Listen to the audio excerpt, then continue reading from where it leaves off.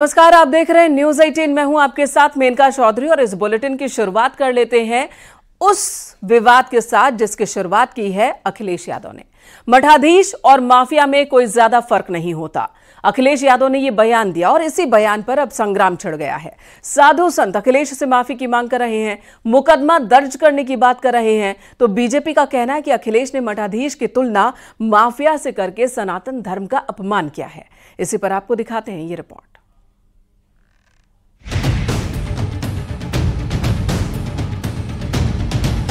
मठाधीश और माफिया में कोई ज्यादा फर्क नहीं होता।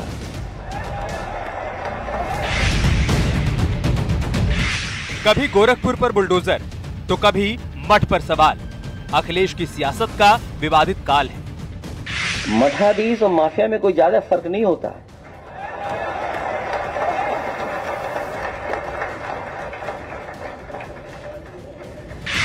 अखिलेश यादव ने न सिर्फ नए विवाद को जन्म दिया है बल्कि सनातन समाज पर भी सवाल खड़े कर दिए, क्योंकि मठ पर बैठने वाले मठाधीश हिंदू धर्म में सर्वोच्च माने जाते हैं, जिनकी तुलना अखिलेश यादव ने माफिया से कर दी।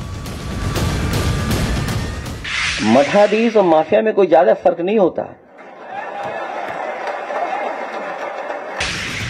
अब अखिलेश यादव की इसी बयान पर बीजेपी हमलावर है। बीजेपी का आरोप है अखिलेश यादव ने न सिर्फ सनातन धर्म का अपमान किया है बल्कि उन्होंने साधु संतों को भी नीचा दिखाने की कोशिश की। इसके लिए अखिलेश यादव को माफी मांगनी चाहिए। ये उनके बुद्धि का खोट है और कितनी अल्पज्ञानता है कि वो पवित्र जो मठ हैं, जो हमारे सनातन धर्म और विभिन्न संप्रदायों का एक नेतृत्व करते रहे हैं और इस देश की संस्कृति को बचाए रखने में उनका बहुत बड़ा योगदान रहा है। बीजेपी विरोध करते करते इंडी अलायंस के लोग हिंदू और सनातन विरोध कैसे करते हैं उसका एक और परिचायक आज अखिलेश यादव जी ने दिया है, जब वो कहते हैं कि मठाधीश और माफिया में ज्यादा फर्क नहीं होता। सोचिए, क्या किसी और धर्म के लिए बोला जा सकता है? और ये वही पार्टी है जिसने रामचरितमानस को बदनाम किया, ये वही पार्टी है जिसने हिंदू धर्म को धोखा बोला, ये वही पार्टी है जिसने गर्व मनाया कि हिंदू राम भक्तों पर उन्होंने गोलियां चलाई, और इनके साथी वो है जो सनातन समाप्त, सनातन को बीमारी, तिलक लगाने पर ऐतराज, जिस प्रकार से ये लोग राम मंदिर को गुलामी की निशानी बोलते हैं। अपराध में जाति देखने वाले और मठ के मठाधीश को माफिया बताने वाले अखिलेश अब संतों के भी निशाने पर हैं। आगरा में अखिलेश की तस्वीर के साथ कुछ लोगों ने प्रदर्शन किया। साथ ही कहा अखिलेश यादव ने सनातन का अपमान किया है। सनातन के धर्मगुरुओं का अपमान ठीक नहीं। अखिलेश को सनातनी से माफी मांगनी हो। अखिलेश के खिलाफ केस दर्ज करने की मांग हो रही है। यानी अखिलेश यादव अब अपने ही बयान में फंसते जा रहे हैं, क्योंकि साधु संत समाजवादी पार्टी के खिलाफ हल्ला बोल चुके हैं। सनातनी हिंदुओं के धर्म गुरु जो मठाधीश होते हैं उनको माफिया कहा है अखिलेश यादव जी ने। ये बिल्कुल ही सनातन विरुद्ध इन्होंने वक्तव्य दिया है, इसकी घोर निंदा करते हैं और इन पर कार्रवाई होनी चाहिए। ये सनातन विरोधी हैं, इनके सामने मौला मुल्ली टोपी लगा करके अगर पहुंच जाए तो इनके लिए वो सब कुछ है, उनके लिए सब कुछ करने के लिए तैयार रहते हैं। जैसे रावण का अंत हुआ वैसे ही उत्तर प्रदेश में कम से कम माफियाओं का अंत बहुत जल्द पूरी तरह से सुनिश्चित होगा, ऐसी हम ईश्वर से भी कामना करते हैं। और जिस प्रकार मठाधीश शब्द को अपमानित किया है उसका कहीं ना कहीं परिणाम भी अखिलेश यादव को भुगतना होगा। खैर, जिस तरह से समाजवादी पार्टी अध्यक्ष के खिलाफ संतों का आक्रोश है वो पार्टी के लिए भी अच्छी खबर नहीं है, क्योंकि मठाधीश को माफिया बताने का अंजाम आगामी उपचुनाव में भुगतना पड़ सकता है, जैसा कि बीजेपी और संत समाज की खुली चुनौती है। Bureau report, news 18।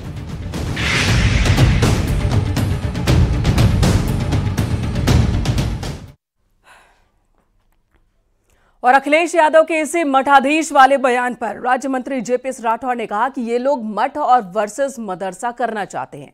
जो राम भक्तों पर गोली चला सकता है उससे और क्या उम्मीद की जा सकती है। तो जेपीएस राठौर ने सीधे सीधे अखिलेश यादव पर हमला किया और उन्होंने कहा कि चुनाव के दौरान जनता समाजवादी पार्टी के लोगों को सबक सिखाएगी। साधु संत दौड़ा दौड़ा कर मारेंगे समाजवादी पार्टी के कार्यकर्ताओं को, नेताओं को। तो इस तरह से जेपीएस राठौर की तरफ से पलटवार किया गया है।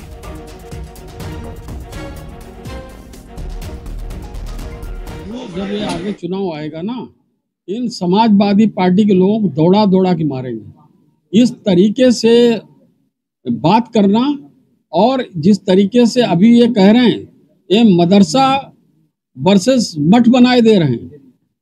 जो मदरसा में जिस प्रकार से शिक्षा दी जा रही है, जिस तरीके से आतंकवाद वहां पढ़ाया सिखाया जा रहा है, और वो कह रहे हैं कि यहाँ पर इस तरीके के लोग हैं। मुझे लगता है कि उनकी बुद्धि खराब हो गई है और उनका इलाज होना चाहिए ऐसे लोगों का। जिस तरह से हमारे साधु संत महात्मा जो समाज को नेतृत्व देने का बात करते हैं, मार्गदर्शन देने का काम करते हैं, आज आप उन्हीं के ऊपर आरोप लगाने का काम कर रहे हैं। मठ की व्यवस्था को नहीं समझ सकते हैं, जो सनातन धर्म को नहीं समझ सकते हैं, और जिन लोगों ने राम भक्तों पर गोलियां चलाने का काम किया है, उन लोगों से इससे ज्यादा अपेक्षा भी हम नहीं करते।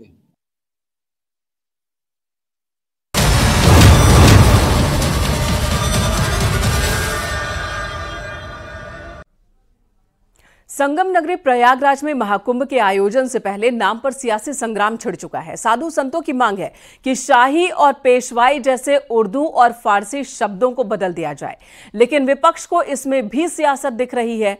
आपको एक रिपोर्ट दिखाते हैं कि कैसे प्रयागराज महाकुंभ से पहले उर्दू और फारसी शब्दों पर विवाद गहरा चुका है।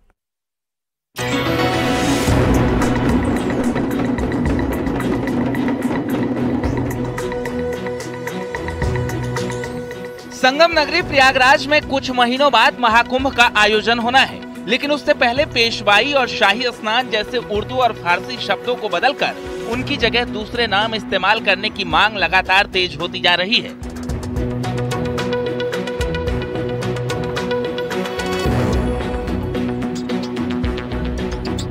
अखाड़ों के ज्यादातर संत महात्मा की मांग है कि पेशवाई और शाही स्नान जैसे उर्दू और फारसी के शब्दों को बदल देना चाहिए। सनातन धर्मियों की आस्था के सबसे बड़े आयोजन में दूसरे धर्म के मानने वालों की बोली और भाषा छोड़कर संस्कृत और हिंदी भाषा के शब्दों का इस्तेमाल होना चाहिए। शाही की जगह अमृत स्नान करने की मांग हो रही है। राजसी स्नान, त्रिवेणी स्नान, दिव्य स्नान के सुझाव दिए गए हैं। पेशवाई की जगह संतों का नगर प्रवेश की मांग हो रही है। हालांकि संतों का कहना है कि इस बारे में जल्द ही प्रयागराज में होने वाली अखाड़ा परिषद की बैठक में विचार करके फैसला लिया जाएगा, क्योंकि ये सभी 13 अखाड़ों से जुड़ा हुआ मामला है। देखिए, अभी कल उज्जैन रहे, उसमें भी हमने यही कहा कि इसका निर्णय तो सनातनी स्वयं जगतगुरु शंकराचार्य जी अपनी अपनी पीठ पर बैठकर करेंगे कि उसका निर्णय क्या निकलता है। हर हर महादेव। तो दूसरी तरफ अब शाही की जगह अमृत स्नान की मांग पर सियासत भी शुरू हो चुकी है। कांग्रेस और समाजवादी पार्टी नाम बदलने के खिलाफ है। समाजवादी पार्टी ने कहा, कुंभ हमारी आस्था का प्रतीक है, देश दुनिया से लोग आएंगे, उनकी व्यवस्था पर सरकार ध्यान दे, नाम बदलने से कुछ नहीं होगा। देश दुनिया से लोग आएंगे, उनको आकर के अच्छा लगे, उनको कोई अव्यवस्था न हो, इस पर सरकार फोकस करे कि कैसे श्रद्धालुओं को सुविधाएं दे सकते हैं। नाम बदलना, सरकार जब कुछ नहीं कर पाती है तो नाम बदलने लगती है। तो क्या हम ये मान लें कि अब कुंभ में भी सरकार कुछ नहीं कर पा रही है, केवल नाम बदल करके अपनी नाकामी को, अपने भ्रष्टाचार को सरकार ना छिपाए। देखिए, जिन लोगों को भी शाही स्नान से या पेशवाई से दिक्कत है, उनको सबसे पहले चाहिए कि वो अमित शाह जी से कहें कि वो शाह टाइटल बदल दें, क्योंकि ये एक फारसी शब्द है। असल भारतीय जनता पार्टी बहुत संकुचित विचारों की पार्टी है और इसीलिए वो इस तरह से डिविसिव बातें करती है जिसको कोई गंभीरता से नहीं लेता है। यानी महाकुंभ जैसे पवित्र आयोजन में भी विपक्ष को सियासत नजर आ रहा है। हालांकि नाम बदलने की मांग न तो बीजेपी की तरफ से की गई और न ही यूपी सरकार की तरफ से कोई आधिकारिक बयान आया है। ये डिमांड साधु संतों की है और अखाड़ा परिषद की जल्द होने वाली बैठक में बदलाव पर आम सहमति का इंतजार है। Bureau report, news 18।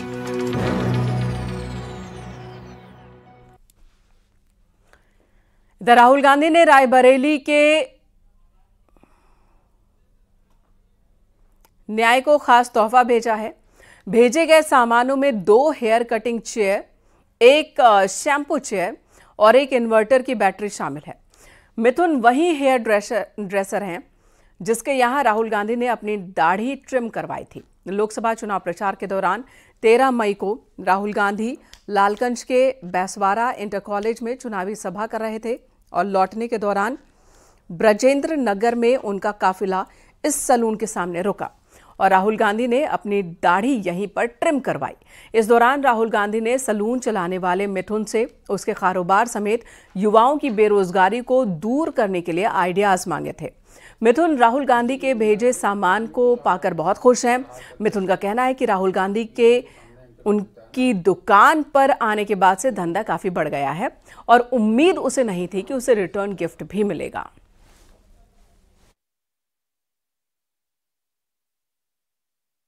रायबरेली के लालगंज स्थित ब्रजेंद्र नगर में मिथुन की ये दुकान इस वक्त फिर चर्चा में आ गई, क्योंकि कल यहाँ पे राहुल गांधी ने उनको एक शेविंग किट भेजी है, जिसके तहत 2 हेयर चेयर, एक वो शैम्पू की चेयर भेजी है और एक इन्वर्टर भेजा है, जिसके चलते जो है मिथुन की दुकान चर्चा में आई है।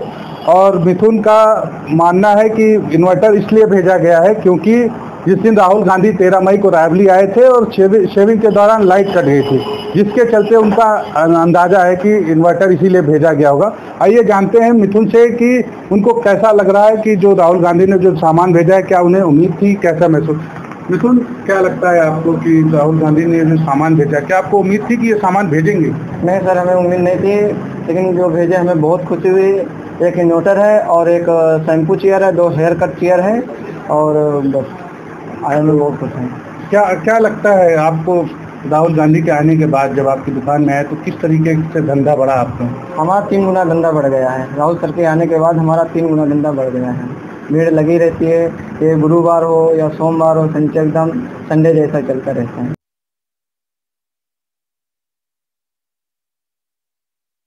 मिथुन नाई, जिसे राहुल गांधी ने सामान भिजवाया है ताकि उसके सैलून में और ज़्यादा चीज़ें हो सके, जिन चीज़ों की कमी उसने बताई थी। ब्रजेंद्र नगर में ये सैलून मौजूद है और ये पहली तस्वीर आपको 13 मई की दिखा रहे हैं। दाढ़ी बनवाते हुए राहुल गांधी आपको नजर आ रहे हैं। दरअसल एक चुनावी सभा से लौट रहे थे राहुल गांधी और फिर उन्हें दाढ़ी ट्रिम करवानी थी, तो वो मिथुन के सैलून में पहुंच गए और 12 सितंबर की ये तस्वीर दिखा रहे हैं जब मिथुन के यहाँ पहुँचने वाले कस्टमर्स की संख्या बढ़ चुकी है। और देखिए कई सारे इक्विपमेंट्स जिसका इस्तेमाल सैलून में होता है, जैसे कि हेयर वॉशिंग स्टेशन और ये तमाम चीज़ें राहुल गांधी की ओर से भिजवाई गई है मिथुन के लिए। मिथुन इसे पाकर बहुत खुश हैं। उनका कहना है कि इन चीज़ों के साथ उनका कारोबार और ज़्यादा बढ़ेगा, उनके जो क्लाइंट हैं वो और ज़्यादा आएंगे उनके सैलून में। तो इस तरह से मिथुन ने खुशी जताई है। राहुल गांधी को लेकर उनके जो ख्यालात हैं वो भी उन्होंने बताया कि किस तरह से राहुल गांधी ने ये एहसास नहीं होने दिया कि वो इतने बड़े नेता हैं।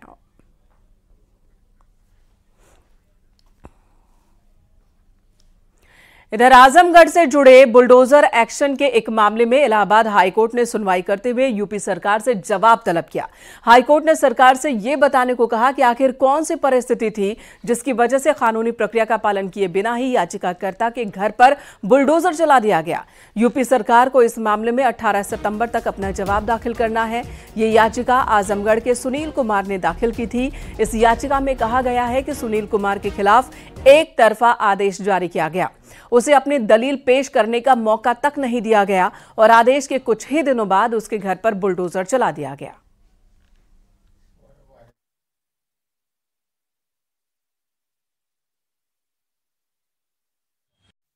आजमगढ़ के सुनील कुमार का एक वाद था जिसमें additional collector land and revenue ने एक मेलाफाइड ऑर्डर पास किया हुआ था बिना तर्कसंगत तथ्यों को देखे हुए, जिस पर कोर्ट नंबर 7 ऑनरेबल जस्टिस प्रकाश फाड़िया साहब ने उसको संज्ञान लेते हुए और विषय की संवेदनशीलता को देखते हुए कोर्ट ने इसे जो है स्टेटस को करते हुए यथास्थिति बनाए रखते हुए और इसकी जो है स्टेट से इंस्ट्रक्शन सीख कर लिया कि आखिरकार जो है लैंड एंड रेवेन्यू का जो 67 सेक्शन है, सब सेक्शन उसका जो 5 है, उसको आपने ठीक है उसके तहत आपने कोई कार्रवाई की तो आखिर आपको इतनी जल्दबाजी क्या मची हुई थी कि गरीब की झोपड़ी आपने जो है गिरा दिया। तो उसी को लेकर के कोर्ट ने उसकी संवेदनशील संज्ञान लिया और 18 तारीख उसमें सुनिश्चित किया हुआ है, जिस पर जो है स्टेट का जवाब आना है।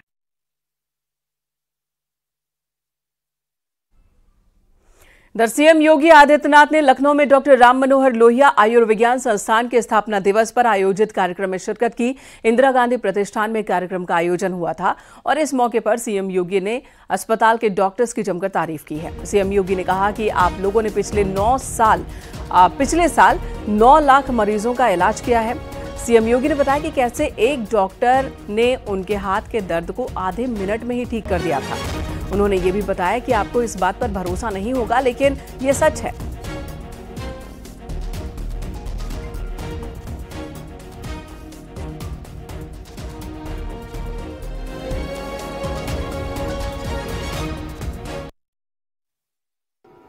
मैंने कहा यार देखो, इंजेक्शन तो नहीं लगाऊंगा, आपको देखना है तो वैसे देख लो। और मैंने कहा मैंने बड़े बड़े डॉक्टर को दिखाए हैं, आप एक सामान्य डॉक्टर हैं। उसने कहा नहीं, मैं केवल देखूंगा, करूंगा वही जो आप बोलेंगे। उन्होंने कहा देखो ये कुछ भी नहीं है, ये कुछ भी नहीं है, बल्कि हमारे डिप्टी सीएम ब्रजेश पाठक जी एक दिन देख रहे थे, उन्होंने दवाई, उन्होंने कहा इसमें पेन तो नहीं हो रहा है। मैंने कहा पेन तो नहीं हो रहा है। और उन्होंने कहा देखिए मैं अभी इसको ठीक करवा देता हूं। मैंने कहा मुझे बताओ कितना इसमें खर्चा लगेगा। देखिए मैंने उनसे पूछा, उन्होंने कहा खर्चा नहीं लगेगा, मैं उसके बाद आपके साथ एक सेल्फी लूंगा। देखिए उन्होंने एक बात कही और आप आश्चर्य करेंगे, आपके लिए भी यह एक असंभव जैसी बात लग रही होगी, लेकिन उन्होंने आधे मिनट में उसको मेरा ठीक कर दिया। मेरा हाथ एकदम ठीक है, आधा मिनट में।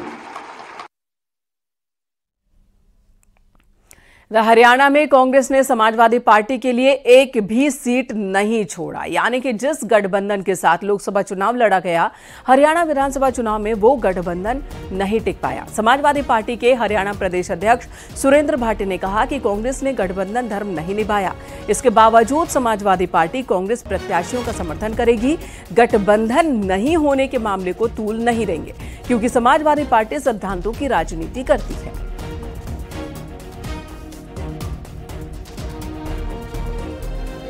समाजवादी पार्टी उसूलों सिद्धांतों की राजनीति करती है, इसलिए आज समाजवादी पार्टी के राष्ट्रीय अध्यक्ष श्री अखिलेश यादव जी के निर्देश पर प्रदेश समाजवादी पार्टी ने फैसला लिया है कि हम पूरे प्रदेश में कांग्रेस पार्टी के उम्मीदवारों का समर्थन करेंगे, सहयोग करेंगे। हालांकि कांग्रेस पार्टी ने गठबंधन धर्म को ना निभाते हुए हमारे लिए कोई सीट हरियाणा में नहीं छोड़ी है, फिर भी इस बात को तूल ना देते हुए और सत्ता पक्ष के खिलाफ वोटों के बिखराव को ना बढ़ाते हुए हमने ये फैसला किया है कि हम कांग्रेस पार्टी के उम्मीदवारों का समर्थन करेंगे।